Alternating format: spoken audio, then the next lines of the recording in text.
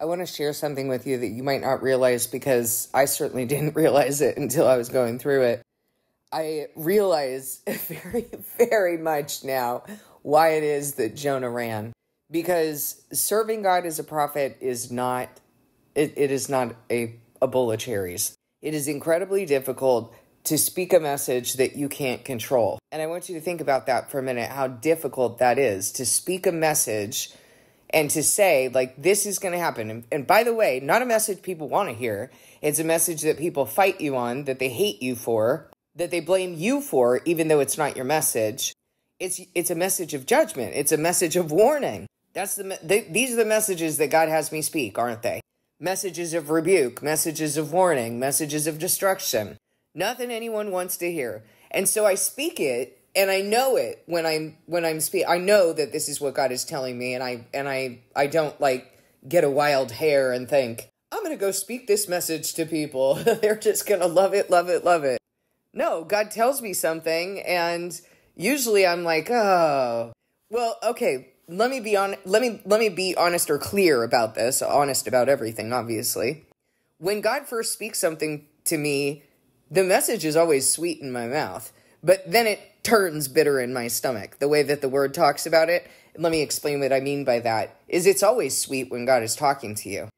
The words of God are sweet, as long as he's talking to you and not convicting you of something that you've done, right? But the message, to be able to be used by God, that's sweet. It turns bitter in my stomach when I think about having to communicate it, when I think about the fact that people aren't going to accept it, the fact that people are going to fight me on it, and also this component that I'm trying to get across to you, that I don't control it.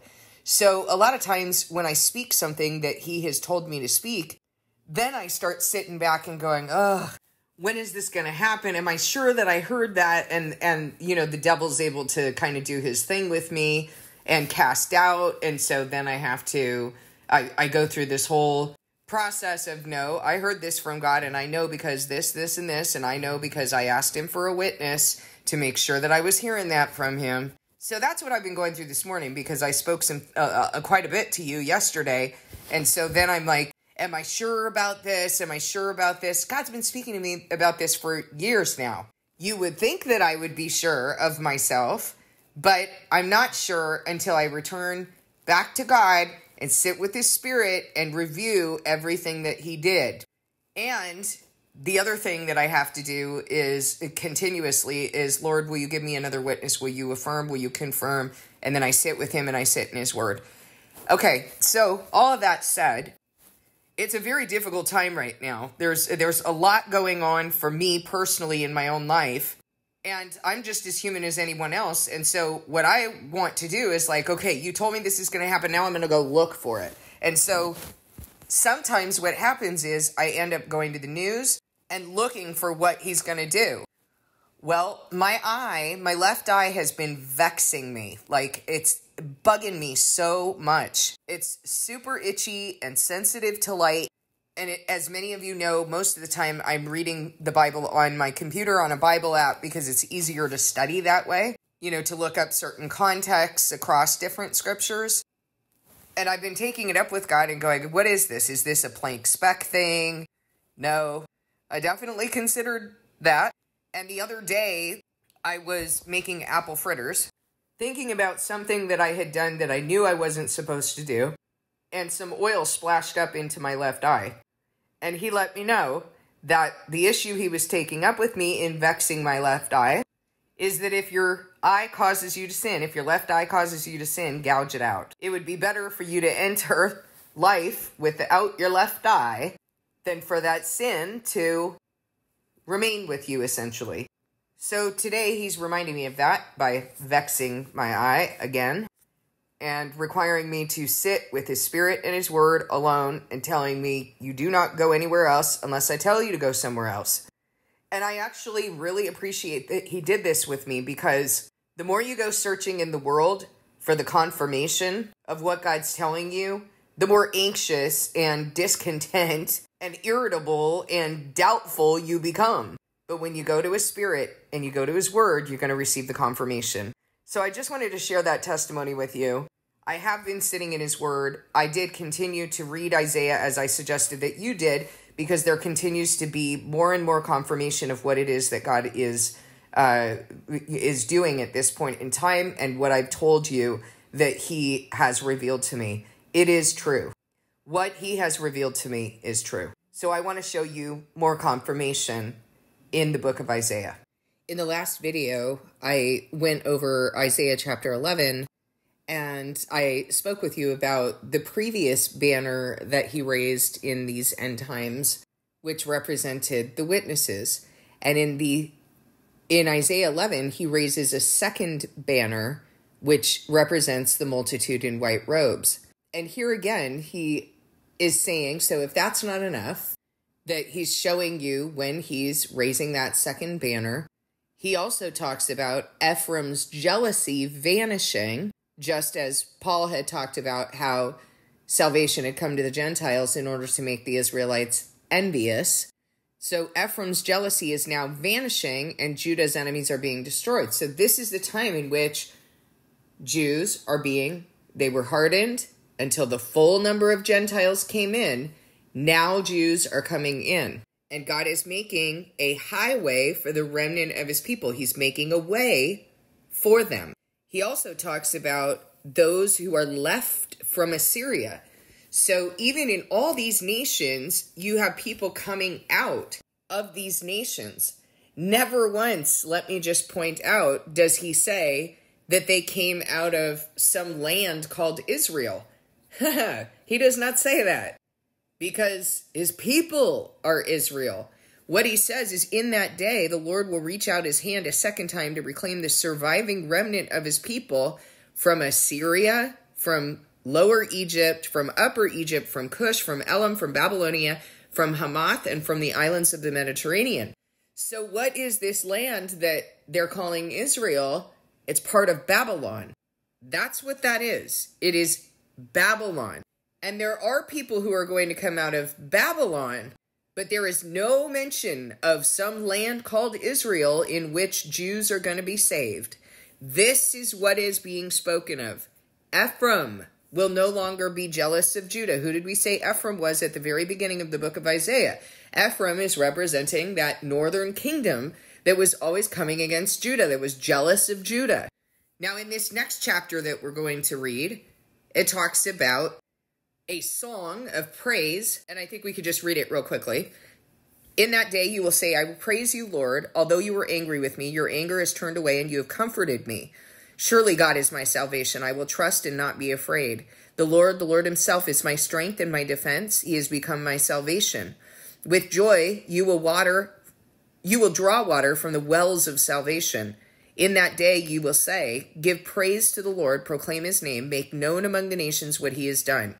Make known among the nations what he has done. That's what you're going to be doing during the Antichrist reign. You are going to go out and do something similar to what I'm doing, which is to share your testimony, just as it says in Job 33, that he saves you, that you will go and share your testimony, that you will go and teach transgressors his ways, that you will go and share with people that you sinned and you didn't get what you deserved and you have lived to enjoy the light of life. That's what you're going to be doing. You're going to be witnesses to him.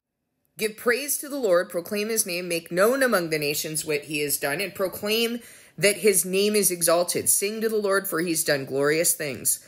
Let this be known to all the world. Shout aloud and sing for joy, people of Zion, for great is the Holy One of Israel among you.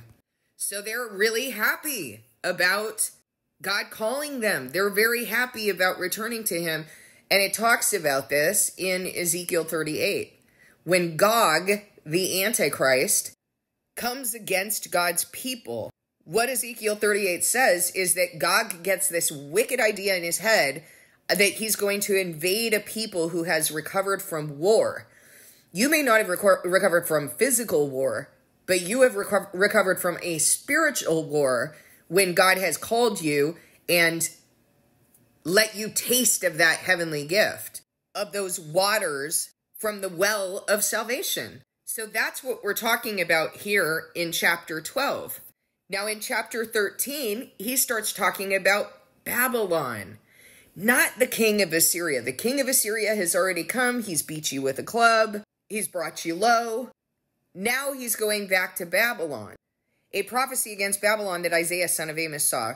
Raise a banner on a hilltop, shout to them, beckon to them to enter the gates of the nobles. I have commanded those I prepared for battle. I've summoned my warriors to carry out my wrath, those who rejoice in my triumph.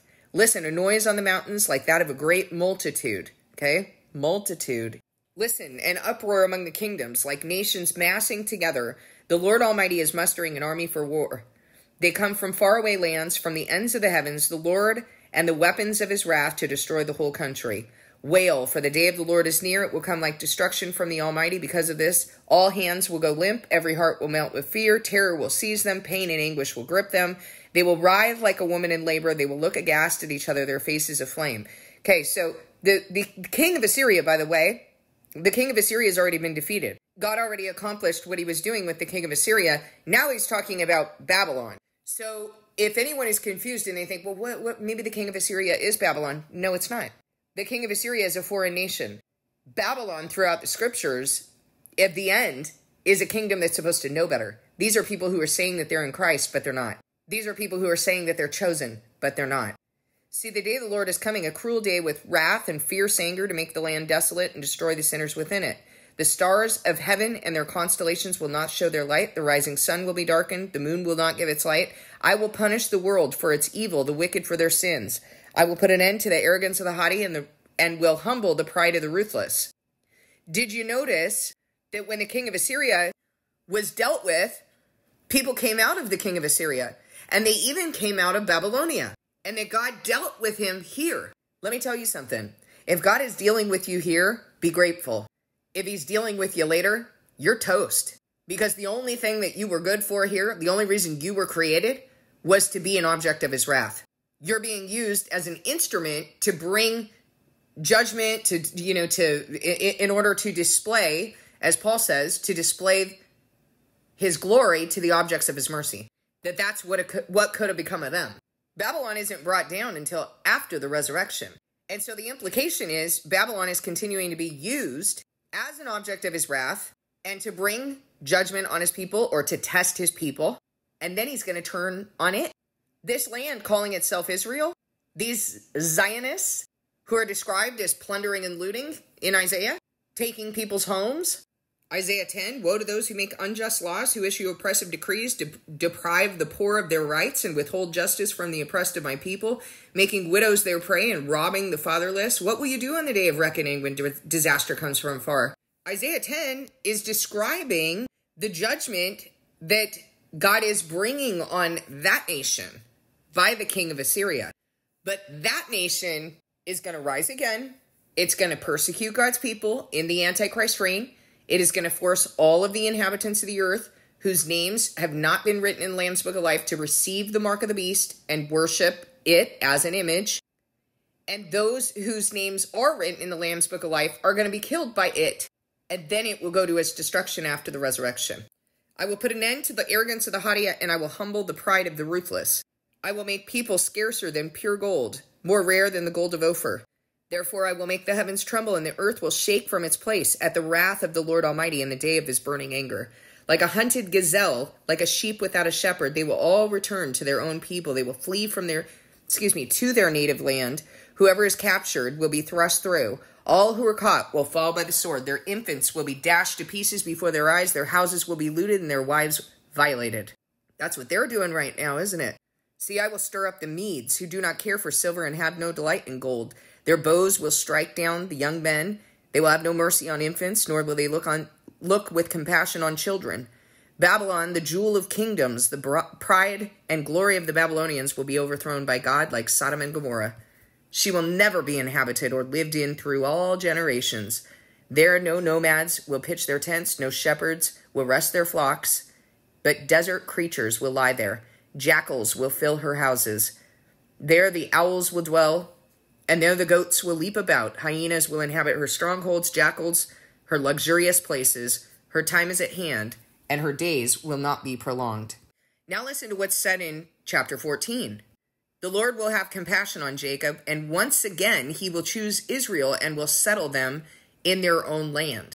So something's been happening in between the king of Assyria and the compassion that he is having on Jacob and once again choosing them. So they've gone through a period of testing. I mean, the implication is if he's once again choosing them, they've gone through a period of testing. That's the pattern of how God speaks, that he brings wrath and testing and all of this stuff. And then once again, he chooses them. Once again, he will choose Israel and settle them in their own land. Foreigners will join them and unite with the descendants of Jacob. Nations will take them and bring them to their own place. And Israel will take possession of the nations. Okay, we know that this is happening after the Antichrist reign. We know that this happens when Jesus comes for his people. That's when they take possession of nations. That's when they take possession of the land. And also, we know that the land is not something that we can interpret by our own understanding, because God says Jerusalem is coming out of the sky as a bride beautifully dressed for her husband. I don't know about you, but I've never seen any land like that. So obviously, there is a description here that we need not lean on our own understanding. And Israel will take possession of the nations and make them male and female servants in the Lord's land. They will make captives of their captors and rule over their oppressors. On the day the Lord gives you relief from your suffering and turmoil from the harsh labor forced on you, you will take up this taunt against the king of Babylon. How the oppressor has come to an end. How his fury has ended. The Lord has broken the rod of the wicked, the scepter of the rulers, which in anger struck down the peoples with unceasing blows, and in fury subdued nations with relentless aggression. All the lands are at rest and at peace. They break into singing. Even the junipers and the cedars of Lebanon gloat over you and say, now that you've been laid low, no one comes to cut us down. The realm of the dead below is all astir to meet you at your coming. It rouses the spirits of the departed to greet you. All those who were leaders in the world, it makes them rise from their thrones. All those who were kings over nations, they will all respond. They will all say to you, you have become weak as we are. You have become like us.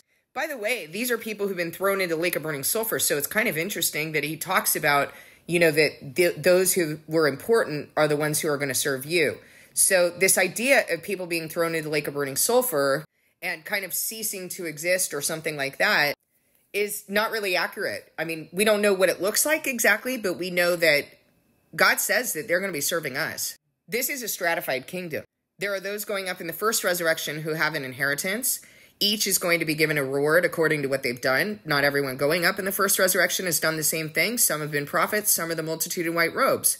Then there's a second resurrection in which some are going to be saved out of those people, but they do not have an inheritance, and they will guard the work that is being done in the temple. And then there are those who are being thrown into the lake of burning sulfur, who are being described as serving us. These are the people who exalted themselves here in the world. They're actually going to be servants. So there's something that we need to humbly accept, and that is we don't exactly know what this looks like, and we're always trying to make it sound like we do. We're always trying to put this into a box that we don't even have the capacity to comprehend. We need to be able to hold a little bit of ambiguity, and I started out this series by talking with you about that. You have to be able to hold ambiguity. You cannot lean on your own understanding, and you have to wait for God's season when he decides to reveal things. Familiarize yourself with the word, but you don't need to, and I've made this mistake in the past, so I'm speaking from experience, you don't need to look at the word and understand it to the T. You need to be familiar with it so that when God decides to reveal it to you, then you understand. On the other end of that, don't be a lazy person that's like, oh, I'm just going to file that away for the do not know, the do not know thing. I mean, I've heard people say that too. Go to God and ask him, is this something for me to know right now? He's going to cause you to know many things, but there are going to be some things that you can't fill in the spaces with your own understanding. You're going to have to hold it and say, okay, this is what I know of it until God tells me more. And then you go to him and you ask him to reveal to you, and you listen for what he's raising up in you. I think a lot of times we think that our questions are coming from us. Our questions aren't always coming from us. In fact, my experience is that the majority of my questions come from what God's raising in me. He has raised a question in order to draw my attention to something. And there have even been times where God has said, ask me this question. And the reason why he's done that is because he wants to draw my attention. Because when you ask a question, then you wait for the answer and you listen for the answer. So hopefully that testimony helps you. Verse 11, all your pomp has been brought down to the grave along with the noise of your harps. Maggots are spread out beneath you and worms cover you. How you have fallen from heaven, morning star, son of the dawn. You have been cast down to the earth. You who once laid low the nations, you said in your heart, I will ascend to the heavens. I will raise my throne above the stars of God. By the way, when is he cast down to the earth? Revelation 12, after the witnesses have testified. This is not talking about some false narrative about how Satan tried to rush God's throne and then he was cast down. That's not what happened. That is not biblical. He was cast down to the earth out of the heavenly realms, lost his place in the heavenly realms. Read Revelation 12 after the witnesses testify. That's why he goes after God's people in the Antichrist reign. That's why he's angry, because he knows his time is short. Read it. You said in your heart, I will ascend to the heavens. I will raise my throne above the stars of God. Does that say that he rushed God's throne? No, it doesn't. It says he said in his heart, this is what I'm going to do. I will sit enthroned on the mount of the assembly, on the utmost heights of Mount Zaphon.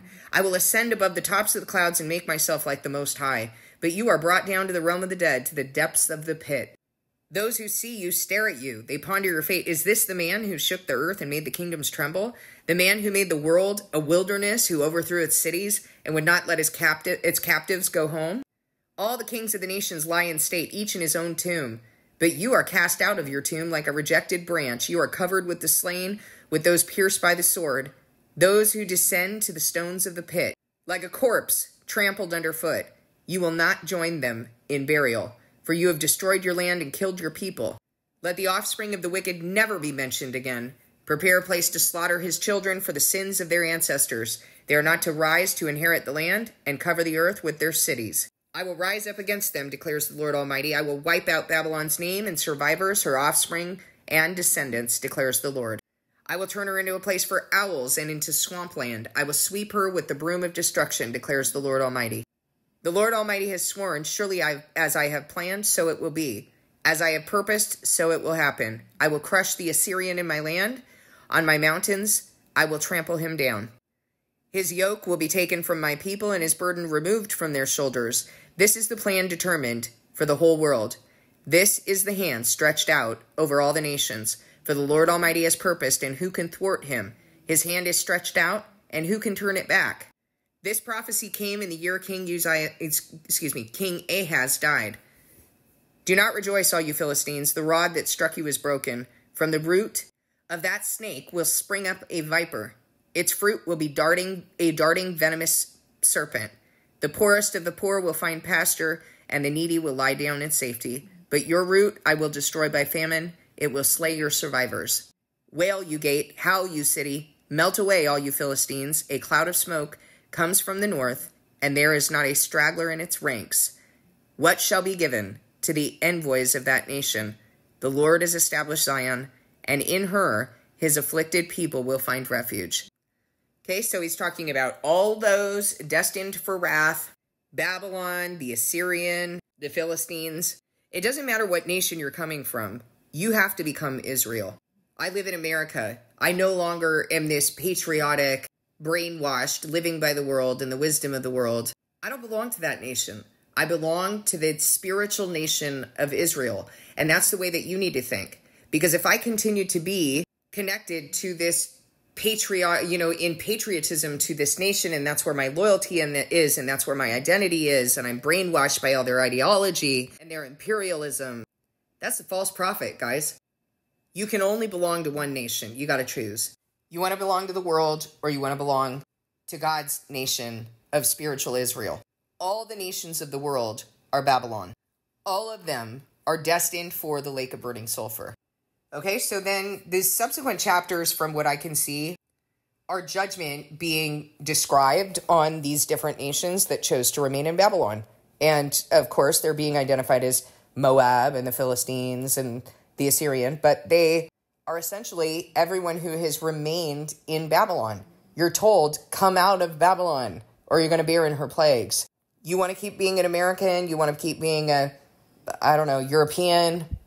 You can do it, it's your choice. But if that's where your heart's at, is in the world and its ideologies, and that's your identity.